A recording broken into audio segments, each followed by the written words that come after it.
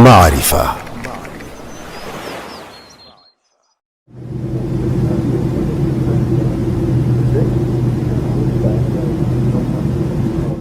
یہ واقعی دنیا کا اقتصادی صدر مقام لگتا ہے. Just passing over the northern shore of Long Island. Should be touching down here in about 15 to 20 minutes for an on-time arrival. Current weather, light wind.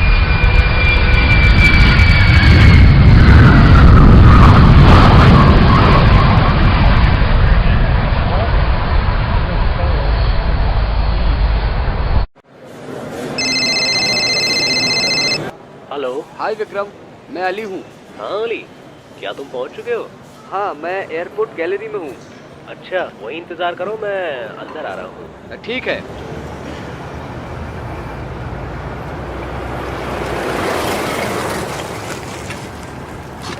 تمہیں یہاں نیو یارک میں دیکھ کر بہت خوشی ہوئی.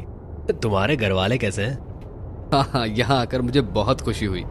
میرے گھر والے خیریت سے ہیں اور میرے 3 بچے بھی ہیں، وہ سب خیریت سے ہیں. بڑی اچھی بات ہے. حسام کے بارے میں بتاؤ، وہ کیسا ہے؟ حسام وہ بھی خیریت سے ہے. مہربانی کر کے سامان اندر لاؤ. اچھا سر. میرے گھر میں تمہارا استقبال ہے علی. شکریہ بھائی، شکریہ. آؤ اندر آؤ. تم فریش ہو جاؤ، گیسٹ روم یہاں ہے. میں کافی تیار کرتا ہوں. اور نیو یارک میں تمہاری زندگی کیسی چل رہی ہے؟ میرے 10 سال تو بڑے ہنگامہ خیز تھے. جیسا کہ تم جانتے ہی ہو کہ میں نے گریجویشن کی تکمیل کی اور میرا اسپیشلائزیشن فائننس تھا، اور مجھے میرے خوابوں کی منزل یعنی وال سٹریٹ میں ملازمت کی پیشکش کی گئی. اچھا، مجھے یہ سن کر بہت خوشی ہوئی. تو تم اب ایک انویسٹمنٹ بینکر بن چکے ہو؟ ہاں، مجھے پتا نہیں میں ہوا ہوں یا نہیں، لیکن میں ایک انویسٹمنٹ بینکر ضرور ہوں. تم ایسا کیوں کہتے ہو؟ روزانہ احتجاجات، بڑھتی بے روزگاری اور قرضوں میں اضافہ، ان سب نے مجھ میں احساس جرم پیدا کر دیا ہے. احساس جرم؟ تم کیوں خود کو مجرم سمجھ رہے ہو؟ میں سمجھتا ہوں کہ میں اس بحران کے شکار معاشی نظام میں کوئی اچھی تبدیلی لانے میں ناکام ہوں. تم بالکل نہیں بدلے. تم وہی جذباتی وکرم ہو. ہمت رکھو یار. ہاں میں وہی پرانا وکرم ہوں. اچھا یہ بتاؤ، تمہاری زندگی کیسی چل رہی ہے؟ کچھ نیا ہوا؟ ہاں، جیسا کہ تم جانتے ہو کہ میں نے ایک IT سافٹ ویئر کمپنی قائم کی ہے اور ہم سافٹ ویئر تیار کر رہے ہیں، لیکن عالمی اقتصادی بحران نے ہمیں بھی بری طرح متاثر کیا ہے. ایسا لگتا ہے اس سے بچنے کا کوئی راستہ نہیں.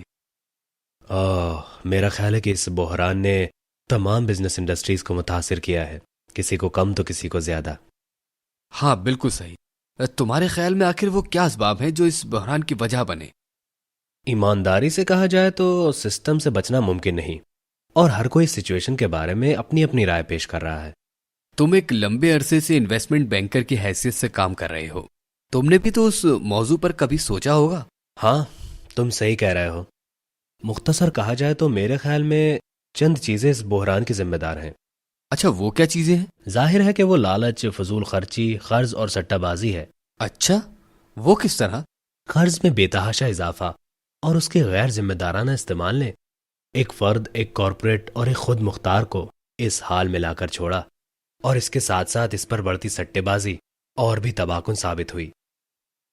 اتفاق سے چند دنوں پہلے میں نے اور حسام نے اسی موضوع پر بات چیت کی تھی. یہ اچھی بات ہے. میرا خیال ہے کہ حسام شاید اسلامی فائننس انڈسٹری میں کام کرتا ہے. مجھے یقین ہے کہ حسام نے اس موضوع پر اسلامی فائننس کے حوالے سے گفتگو کی ہوگی. ہاں، در حقیقت ہم نے ایک مختصر گفتگو کی تھی.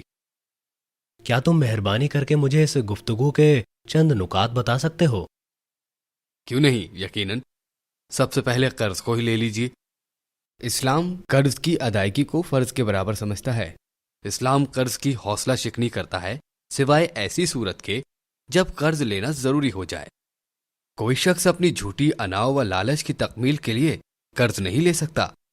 اچھا، کیا تم یہ کہنا چاہتے ہو کہ کوئی شخص سوائے ضرورت کے قرض نہیں لے سکتا؟ صرف ضرورت کی ہی بات نہیں. ایک اور اہم نکتہ یہ ہے کہ جو بھی شخص قرض لے وہ اس بات کو یقینی بنائے کہ وہ قرض لوٹانے کی استطاعت رکھتا ہو. گو کہ میں اس بات سے واقف ہوں کہ اسلام سود کو حرام قرار دیتا ہے، لیکن مجھے اس بارے میں کچھ زیادہ علم نہیں کہ آخر سود کے بنا اسلامی فائنانس کس طرح کام کرتی ہے۔ تم صحیح کہہ رہے ہو۔ اسلام ادھار دی گئی رقم پر کسی اضافی رقم کو لینے سے منع کرتا ہے۔ در حقیقت اسلامی قانون جسے شریعت کہا جاتا ہے کہ دو بنیادی ماخذ قرآن مجید اور سنت سود پر مبنی معاملات سے سختی سے منع کرتے ہیں۔ قرآن آسمانی کتاب اور اللہ تعالیٰ کا کلام ہے جو انسانیت کی ہدایت کے لیے نازل کیا گیا ہے، جبکہ سنت پیغمبر محمد صلی اللہ علیہ وسلم کی روایت ہے جس میں آپ صلی اللہ علیہ وسلم کے اقوال اور اعمال شامل ہیں۔ اسلامی مالی ادارہ دو رول ادا کرتا ہے۔ ایک جانب تو وہ ایسا پارٹنر ہوتا ہے جو کسٹمر کے ساتھ پروجیکٹ میں شریک ہوتا ہے اور منافع و نقصان کا حصے دار ہوتا ہے، دوسری طرف اس کا رول ایک ایسے تاجر کا ہوتا ہے جو کسی اثاثے کو خریدتا ہے، اس کا مالک بننے کا خطرہ اٹھاتا ہے اور پھر اسے کسی متعینہ قیمت پر کسی کسٹمر کو بیچتا ہے یا کرائے پر دیتا ہے اور اس پر منافع حاصل کرتا ہے۔ مجھے پتا چلا ہے کہ عیسائیت بھی سودی لین دین سے منع کرتی ہے۔ نہ صرف اسلام بلکہ دنیا کے تمام بڑے مذاہب جیسے یہودیت اور ہندوازم بھی سودی لین دین سے منع کرتے ہیں۔ اسلام سٹہ بازی کے بارے میں کیا کہتا ہے؟ سٹہ بازی پر مبنی معاملات غیر یقینیت کی طرف لے جاتے ہیں اور اسلام میں اس غیر یقینیت کو غرر کہا جاتا ہے جو ممنوع ہے۔ مثلا ایسے متعلقہ معاملات جو سٹہ بازی پر مبنی ہوں جیسے آپشنز، فیوچر اور ہیجز ممنوع ہیں۔ ایسا لگتا ہے کہ اسلامی فائنانس کے پاس عالمی اقتصادی بحران کا مکمل حل موجود ہے۔ ہاں، اسلامی فائنانس کے پاس عالمی اقتصادی بحران کا مکمل حل موجود ہے، لیکن اگر اسلام کی دی گئی ہدایت پر صحیح طریقے سے عمل نہ کیا جائے تو اسلامی فائنانس انڈسٹری کو بھی انہی نتائج کا سامنا کرنا پڑ سکتا ہے۔ خیر، کیا تم مجھے بتا سکتے ہو کہ اسلام معاشی معاملات کو کس طرح دیکھتا ہے؟ اسلام مکمل نظام حیات ہے، چنانچہ وہ زندگی کے ہر شعبے میں رہنمائی فراہم کرتا ہے، جن میں اقتصادی لین دین اور تجارتی شعبے بھی شامل ہیں۔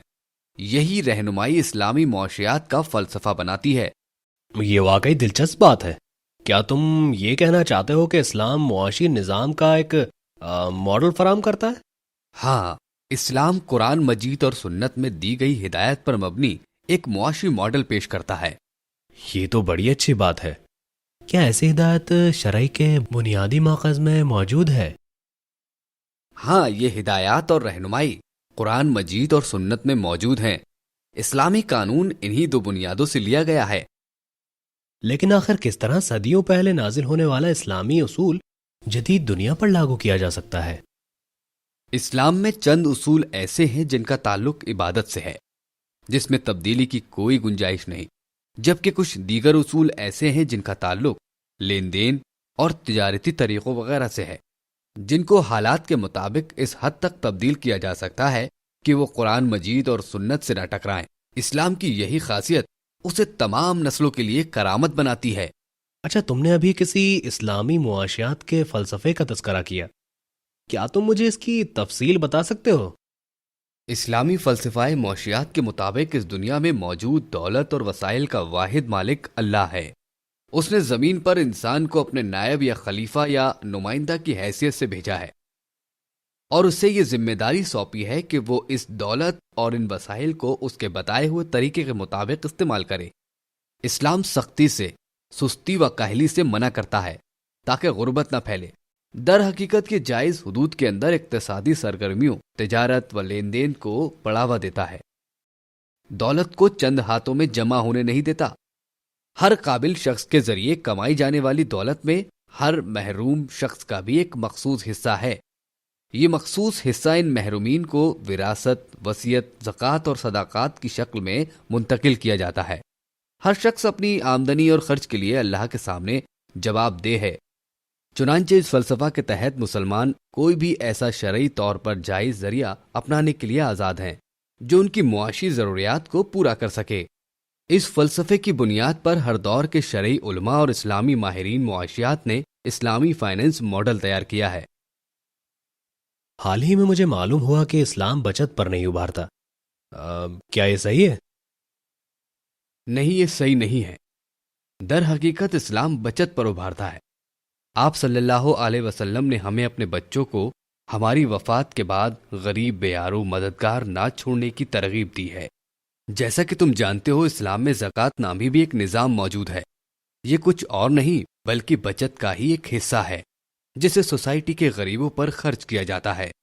اگر اسلام میں بچت کا تصور نہ ہوتا تو زکوٰۃ کا بھی نظام نہ ہوتا۔ یہ تو بڑی اچھی بات ہے۔ کیا تم مجھے مہربانی کر کے یہ بتا سکتے ہو کہ اسلامی معاشیات رقم کو کس طرح دیکھتا ہے؟ اسلامی معاشیات کے تحت زار صرف ایک ذریعہ مبادلہ اور پیمانہ قدر ہے۔ رقم تمام اشیاء کو ناپنے کا ایک پیمانہ ہے، نہ کہ خود کوئی قابل فروخت شے ہے۔ میں سمجھتا ہوں کہ اسلامی فائنینشیل انڈسٹری کافی لمبے عرصے سے فروغ پا رہی ہے۔ تاریخی طور پر دیکھا جائے تو اسلامی مالی ادارے حضرت محمد صلی اللہ علیہ وسلم کے دور میں ہی مکہ و مدینہ میں فروغ پا چکے تھے۔ زکوٰۃ اور دیگر ٹیکسز جیسے خراج اور جزیہ وغیرہ اس دور میں کامیابی سے چل رہے تھے۔ ان کے علاوہ خلافت راشدہ کے دور میں مزید چند پیشتر فتح ہوئیں، جیسے چاندی کے درہم اور چیکس کا استعمال شروع ہوا۔ تاہم اسلامی فائنینس کا جدید ڈیولپمنٹ 19ویں صدی سے شروع ہوا، جب مسلم علماء نے شرعی اصولوں کے تحت ایک مالی نظام کا مطالبہ کیا۔ اس وقت کے علماء کے جانب سے کئی نظریات و نظریاتی ماڈل پیش کیے گئے، جو بعد میں چل کر اسلامی بینکنگ و مالی اداروں کی صورت میں سامنے آئے۔ فی الحال پوری دنیا میں 200 سے زائد اسلامی مالی ادارے چل رہے ہیں، جس میں اسلامی بینک، سرمایہ کار کمپنیاں، انشورنس، ریگولیٹری و ریٹنگ ادارے شامل ہیں۔